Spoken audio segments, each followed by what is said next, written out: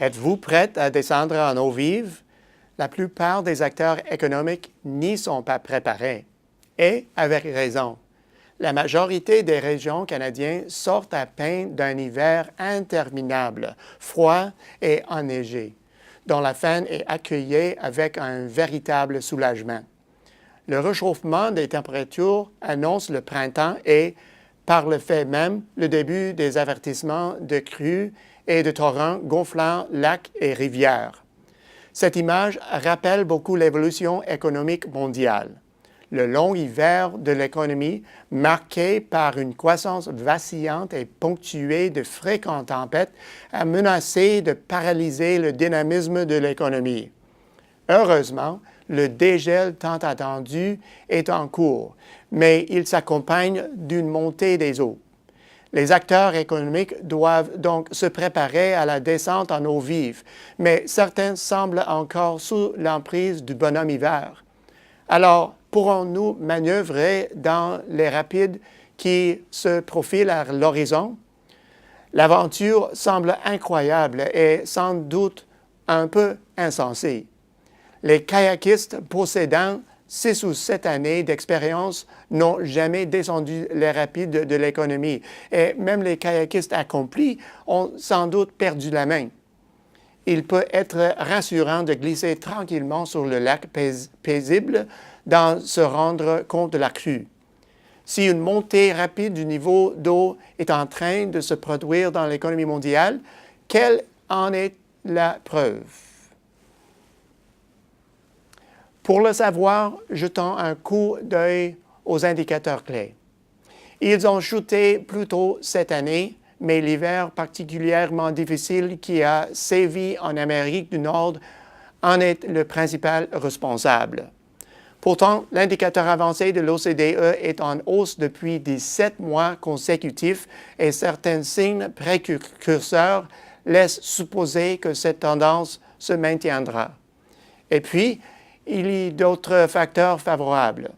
Tout d'abord, les gouvernements freineront nettement moins la croissance, les travaux de restauration devant s'achever cette année et l'an prochain.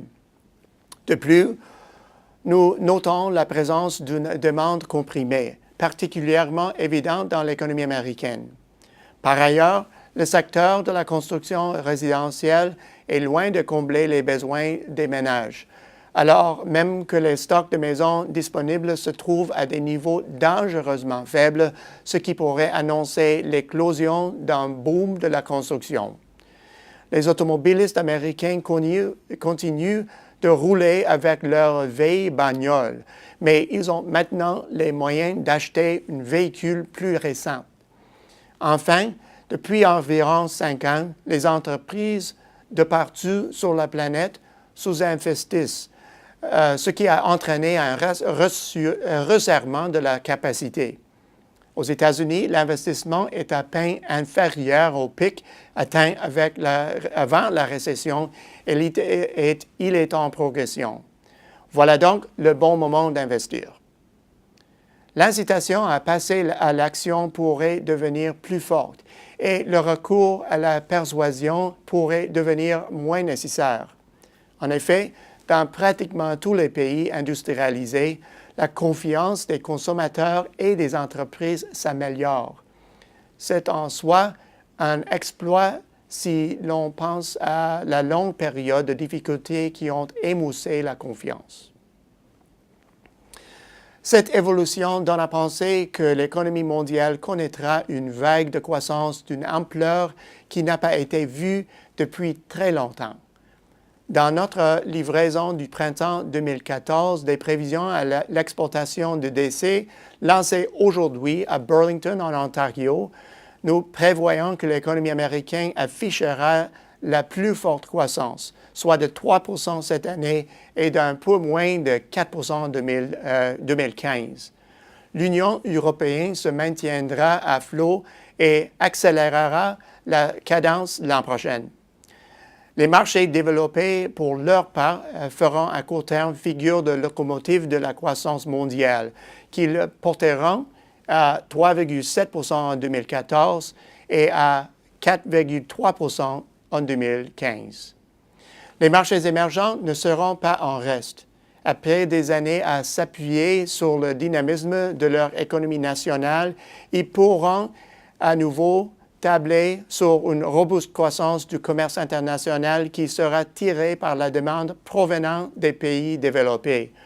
Toutefois, avec le raffermissement de la demande, les marchés émergents devront composer avec le resserrement des conditions de crédit plutôt souples qui avaient été mises en place après la crise, et cela au moment où les gouvernements mettent fin au programme d'assouplissement quantitatif.